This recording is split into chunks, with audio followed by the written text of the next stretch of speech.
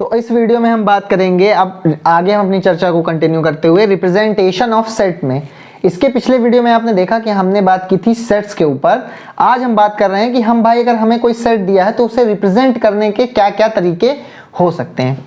तो देखिए बच्चों, यहाँ पर मोस्ट कॉमन जो हैं, मोस्ट कॉमन दो तरीके हैं सेट को रिप्रेजेंट करने के। Most common two type of representing set, ठीक है। जो दो सबसे कॉमन तरीके हैं सेट्स को रिप्रेजेंट करने के, सबसे पहला जो है वो हमारा वो है रोस्टर फॉर्म, या जिसे हम रोस्टर मेथड कहते हैं। जो दूसरा हमारा मेथड है उसे हम कहते हैं सेट बिल्डर मेथड, सॉरी,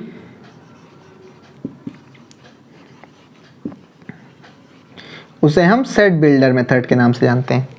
तो देखिए, किसी भी सेट को रिप्रेजेंट करने के लिए दो फॉर्म यूज की जाते हैं, या तो रोस्टर फॉर्म और या तो सेट बिल्डर मेथड, ठीक है। तो देखिए, अब हम आगे चर्चा करते हैं कि दरअसल इन दोनों मेथड में अंतर क्या होता है, ठीक है, और इसके अंतर्गत कैसे हम सेट को रिप्रेजेंट करते हैं। तो देखिए, सबसे पहले हम बात कर रहे हैं यहाँ पर रोस्टर मेथड की, कि रोस्टर मेथड को कैसे यूज किया जाता है।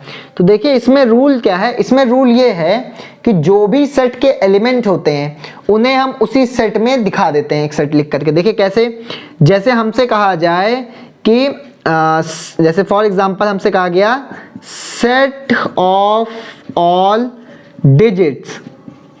तो अगर हमसे कहा जाए सेट्स ऑफ ऑल डिजिट्स, इसे हमें लिख के दिखाना है। तो देखिए हम कैसे दिखाएंगे सेट ऑफ ऑल डिजिट्स को।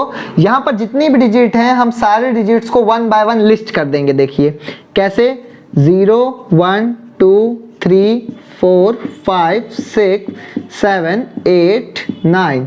तो यहाँ पर देखिए हमने सारे डिजिट्स को लिस्ट कर दिया।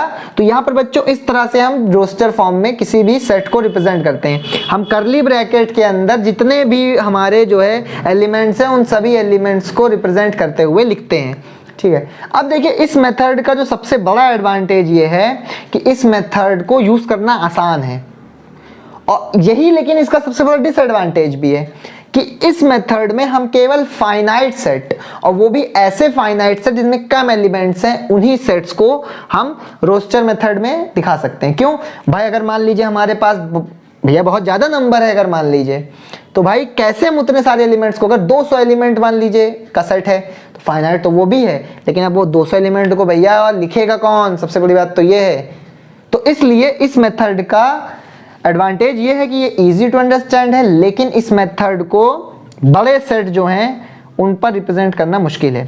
कई बार देखिए क्या करते हैं, जैसे इनफाइनाइट सेट है कोई, मान लीजिए हमने कह दिया set of all natural number, तो उसे देखिए हम ऐसे 1 2 3 इस तरह से करते हुए and then so on infinity इस तरह भी लिख देते हैं। यानी कि जब बहुत सारे एलिमेंट हो तो इस तरह भी हम लिख सकते हैं, लेकिन यहाँ पर भी जो हमारी एक सीरीज है उसमें कॉमन पैटर्न होना चाहिए, जिससे कि कोई भी इंसान आसानी से गेस कर सके कि अगला टर्म क्या है। जैसे यहाँ तो कोई भी बता सकता है कि 1 लिया, 2 लिया, 3 लिया एंड सो ऑन, तो देन उसके बाद 4 5 6 इस तरह से सीरीज आगे बढ़ेगी, ठीक है। तो इस तरह से हम सीरीज को रोस्टर मेथड में अप्लाई करते हैं। देखिए बहुत सरल है, इस तरह से हम इसको रिप्रेजेंट कर देते हैं। अब देखिए, अब हम बात करते हैं दरअसल दूसरा जो हमने मेथड डिस्कस किया उसका यूज कहाँ होता है और उसका एडवांटेज डिसएडवांटेज क्या है। तो देखिए, जो दूसरा मेथड हम यूज करते हैं, दूसरा मेथड हम यूज करते हैं जो set builder method, set builder method, या देखिए कई बुक्स में इसको प्रॉपर्टी मेथड भी कहा जाता है। क्या कहा जाता है, और प्रॉपर्टी मेथड, ठीक है। तो ये आपके पिताजी की प्रॉपर्टी की बात नहीं कर रहा है, ये सेट की प्रॉपर्टी की बात कर रहा है, एलिमेंट्स की प्रॉपर्टी की बात कर रहा है। हम देखिए क्या करते हैं बच्चों की सेट्स के जो एलिमेंट हैं उनकी कोई एक कॉमन गुण या कॉमन विशेषता ढूंढते हैं क्या है, और उसी विशेषता, ऐसी वो विशेषता होनी चाहिए जिससे वो सारे एलिमेंट जनरेट हो सकें, उसी को हम लिख देते हैं। देखिए इसमें कैसे लिखेंगे हम, इसमें देखिए जैसे फॉर एग्जांपल मैं ले लेता हूं, फॉर एग्जांपल मैंने ले लिया कि मुझे जो है सेट लिखना है इंडिया के सारे स्टेट की कैपिटल, ये भी एक सेट बनेगा क्योंकि ये एक वेल डिफाइंड कलेक्शन है। भाई इंडिया जो देश है उसके जितने भी स्टेट के कैपिटल हैं वो तो वेल डिफाइंड है। जैसे लखनऊ का उत्तर प्रदेश है कैपिटल, उत्तर प्रदेश का सॉरी लखनऊ कैपिटल है, ठीक है। वेस्ट बंगाल का कोलकाता कैपिटल है, राजस्थान का जयपुर कैपिटल है, ठीक है। तो इस तरह से हर एक स्टेट का जो कैपिटल है वो वेल डिफाइंड है। तो इस तरह से हमारे पास 29 राज्य हैं, तो हमारे पास 29 कैपिटल होने चाहिए, लेकिन कुछ कुछ जगह पर कैपिटल कॉमन भी हैं, ठीक है। तो उन्हें भी हम लिस्ट करेंगे, ठीक है। जैसे चंडीगढ़ है, तो चंडीगढ़ जो है हमारा हरियाणा की भी कैपिटल है और पंजाब की भी कैपिटल है, ठीक है। तो इस तरह से कई सिटीज कॉमन भी हैं। तो हम अगर देखिए कैसे लिखेंगे इसको, जैसे हमसे कहा गया कि इस तरह से आप लिख के बताइए, तो हम लिखेंगे ए, फिर सेट का सिंबल लिखा, देन लिखेंगे एक्स। अब हमें इस एक्स को डिफाइन करना पड़ेगा। ए बिलोंग्स टू एच, अब देखिए यहाँ पे 2 डॉट लगाए जाते हैं, इन 2 डॉट को हम बोलते हैं such that, A x such that x is a capital, x is a capital of an Indian state, Indian state. तो जितने भी स्टेट हैं, यानी हमें एक ऐसा एक्स इसके अंदर चाहिए ताकि वो इस प्रॉपर्टी को फॉलो करे, यानी वो किसी न किसी इंडियन स्टेट का कैपिटल हो, ठीक है। तो ये प्रॉपर्टी इसमें होनी चाहिए, तभी हम इसको उस सेट का एलिमेंट मानेंगे, अन्यथा नहीं मानेंगे। देखिए जैसे अब हमसे कोई कह दे कि मान लीजिए कि सारे इवन नंबर्स का सेट बनाओ, सारे इवन नंबर का सेट बनाओ, तो देखिए हम कैसे लिखेंगे, हम लिखेंगे a x such that x is an even number. तो यहां पर सारे इवन नंबर का सेट हमारा इस तरह से इसको रिप्रेजेंट किया जा सकता है। तो बच्चों यहां पर हमने देखा कि किस तरह से रोस्टर मेथड को यूज किया जा सकता है और किस तरह से हम सेट बिल्डर मेथड को इस्तेमाल कर सकते हैं, ठीक। तो ये चीजें हैं हमारी रिप्रेजेंटेशन ऑफ सेट्स के अंदर कि किस प्रकार से हम सेट्स को अपने रिप्रेजेंट कर सकते हैं आसानी से। चलिए इसके अलावा देखिए कुछ एक कंफ्यूजन है, उनको भी थोड़ा सा हम क्लियर कर लेते हैं यहाँ पर, जिससे कि आपको एम्बिग्युइटी ना हो, आप जो है कहीं भी कंफ्यूज ना हो सकें। देखिए कई जगह पर देखिए लोग कुछ सवाल पूछते हैं, जैसे वो मैं आपको यहाँ पर बता देता हूँ। जैसे फॉर एग्जांपल कुछ लोग कहते हैं, जैसे मैंने लिखा ओपन इंटरवल 1,2 लिखा और मैंने एक लिखा सेट 1,2, तो बहुत सारे लोग इन्हें एक ही मानते हैं कि ये दोनों ही एक ही हैं, लेकिन यहाँ ध्यान रखिए दोनों में अंतर है। ये जो हमने लिखा है, ये हमने लिखा है ओपन इंटरवल, ठीक है, ये हमने ओपन इंटरवल में लिखा है और ये हमने सेट में लिखा गया है। तो बच्चों अंतर क्या है कि जो ओपन इंटरवल या क्लोज इंटरवल हम डिफाइन करते हैं वो हम एक रियल लाइन का रीजन को रिप्रेजेंट करते हैं। यहां पर इसका मतलब ये हुआ कि जैसे हमारी अगर ये नंबर लाइन है, ये हम पहले वाले का बता रहे हैं, जैसे हमारी ये नंबर लाइन है और यहाँ पर 0 है, यहाँ पर कहीं 1 होगा और यहाँ पर कहीं पर 2 होगा, तो इनके बीच में भी बहुत सारे नंबर बच्चों होंगे। तो इस ओपन इंटरवल 1,2 का मतलब है कि हमें इस 1 को नहीं शामिल करना है और इस हमें 2 को भी शामिल नहीं करना है, लेकिन इनके बीच में आने वाले जितने भी रियल नंबर हैं उन सब को यहाँ पर शामिल करना है। तो यानी 1 और 2 के बीच में आने वाले जितने भी रियल नंबर हैं वो सब इसके अंदर होंगे ओपन इंटरवल के अंदर। बल्कि दूसरी तरफ इस सेट 1,2 का मतलब है कि सिर्फ ये 1 और सिर्फ ये 2, बाकी इसके बीच का कुछ भी नहीं, सिर्फ और सिर्फ ये 2 एलिमेंट, ठीक है। तो ये हमारा सिर्फ 2 पॉइंट को रिप्रेजेंट कर रहा नंबर लाइन के 1 और 2, बल्कि ये एक पूरे लाइन को रिप्रेजेंट कर रहा है, पूरे रीजन को रिप्रेजेंट कर रहा नंबर ऑफ लाइन को, अगर मैं 1 डायमेंशनली बात करूं तो ये कुछ बच्चों को कंफ्यूजन था जिन्होंने पूछा था। तो ये अब आपको मुझे उम्मीद है कि जवाब मिल गया होगा कि ओपन इंटरवल या क्लोज इंटरवल लिखते समय हम रियल लाइन के एक रीजन की बात करते हैं, लेकिन हम जब सेट लिखते हैं तो उसमें हम एक इंडिविजुअल एलिमेंट की बात करते हैं, ठीक है। चलिए इसमें देखिए 1-2 बातें आप और समझ लीजिए।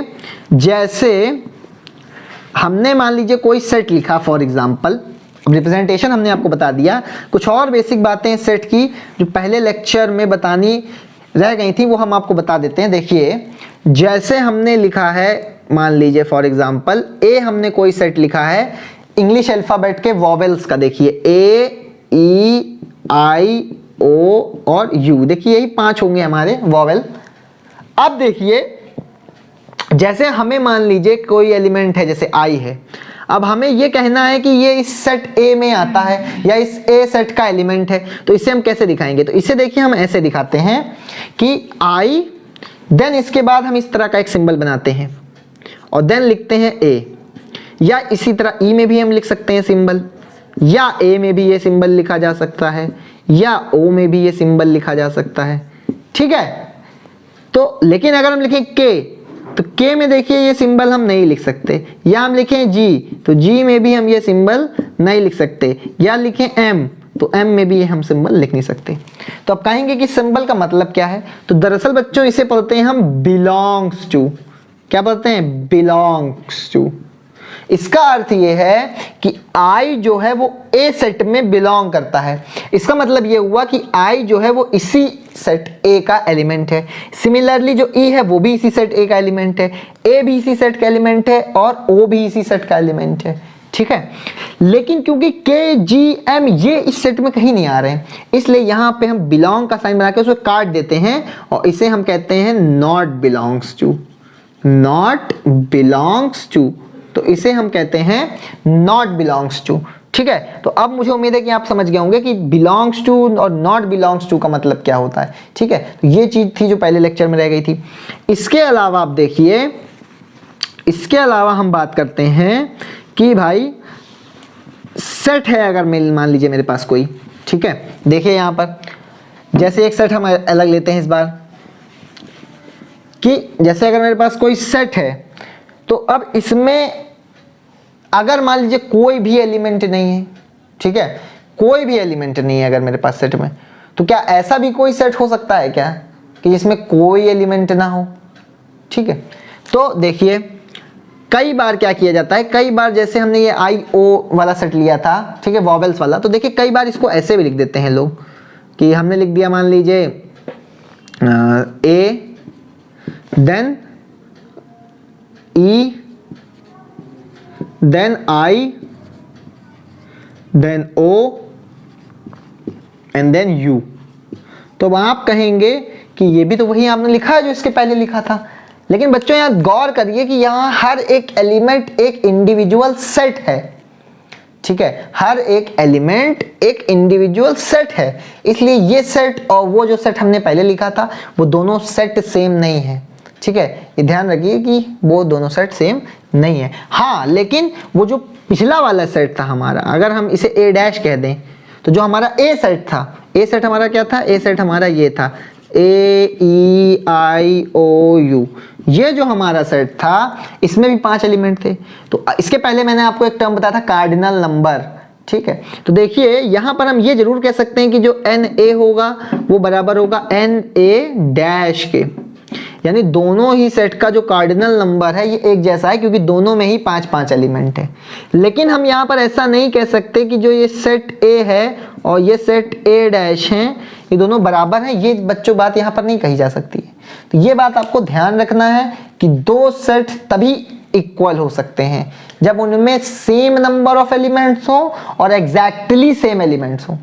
दूसरी एक इंपॉर्टेंट बात यहां पर आती है जिसमें भी कई बच्चे कंफ्यूज हो जाते हैं कि अगर मान लीजिए इनकी ऑर्डरिंग मैंने बदल दी, मान लीजिए इसको मैंने ऐसे लिख दिया E, फिर I, then U, then O, then A, तो क्या ये मान लीजिए A बार जो सेट है, क्या ये A और A बार दोनों एक ही सेट है? जी हाँ, ये दोनों एक ही सेट है। A और ये A बार जो है ये दोनों एक ही सेट होते हैं, ठीक है, ये अलग अलग सेट नहीं है, ये हमारा एक ही सेट होता है, ठीक है। तो यहां पर देखिए हमने कुछ और मिसकंसेप्शन जो सेट के बारे में बच्चों को होती है उसको भी क्लियर कर लिया है, ठीक है। तो अभी इस वीडियो में हम फिलहाल इसको इतना ही रखते हैं। ज्यादा देखिए बड़े वीडियो इस लेक्चर सीरीज में मैं नहीं बना रहा हूँ, छोटे वीडियो बना रहा हूँ, 10 मिनट, 12 मिनट, 15 मिनट तक मैक्सिमम, या 20 मिनट तक। ज्यादा बड़े मैं वीडियो नहीं बनाना चाहता हूँ, क्योंकि देखिए ज्यादा अगर बड़े वीडियो हो जाएंगे तो उनको देखने में आपको भी प्रॉब्लम होगी, ठीक है, इसलिए मैं छोटे छोटे वीडियो बना रहा हूँ, ठीक। तो अब अगले वीडियो में देखिए सेट्स की यहाँ जो बेसिक चीजें जितनी भी थी डीप में जाकर के वो मैंने आपको बता दी हैं कि हाँ भाई क्या गलतियां हैं जो बच्चे अक्सर करते हैं, वो भैया आपको नहीं करनी है, उससे बचना है, ठीक। अब नेक्स्ट लेक्चर में हम क्या करेंगे, हम टाइप्स ऑफ सेट के बारे में पढ़ेंगे कि सेट की दरअसल और सब कैटेगरी क्या हो सकती है, ठीक है। तो अब अगले वीडियो में हम पावर सेट, ठीक है। इसके अलावा superset, subset, complement, universal set क्या होता है, ठीक है, यूनियन ऑफ सेट, इंटरसेक्शन, कई सारी चीजें पढ़ेंगे जिसमें भी 1-2 लेक्चर हमारे अभी और बनेंगे इस सेट में, ठीक है। तो जब तक आप इसे पढ़ते रहिए, ठीक है, तो फर्दर कंटेंट को ब्राउज किया जाएगा तो उस हिसाब से वीडियो और बनाए जाएंगे, ठीक है। और कोई भी चीज छूटेगी तो वो नेक्स्ट लेक्चर में कवर की जाएगी, ठीक है। तो ये पूरा सेट इस चैनल पर आने वाला है जल्दी ही, ठीक है। तो मुझे उम्मीद है कि ये वीडियो आपको पसंद आया होगा। धन्यवाद।